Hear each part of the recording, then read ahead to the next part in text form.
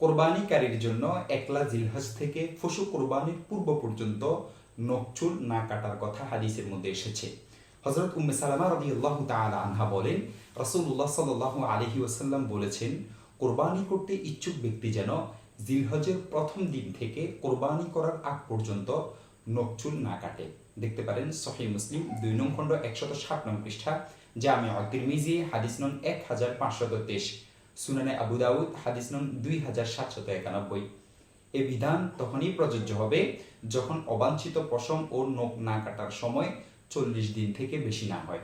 কেননা সহিহ হাদিসে আছে, আনাস রাদিয়াল্লাহু তাআলা আনহু বলেন, গোঁফ কর্তন করা, নখ কাটা, বগল পরিষ্কার করা ও নাভির নিচের পশম পরিষ্কার করার বিষয়ে আমাদের জন্য সময় বেঁধে দেওয়া হয়েছিল যে আমরা যেন 40 দিনের বেশি বিলম্ব না করি। দেখতে পারেন সহিহ মুসলিম 1 নং খণ্ড 129 নং পৃষ্ঠা, হাশিয়াতুত তাহতাবি আলাল মারাকি 287 নং পৃষ্ঠা, আহসানুল ফাতাওয়া 4 নং খণ্ড 496 নং পৃষ্ঠা।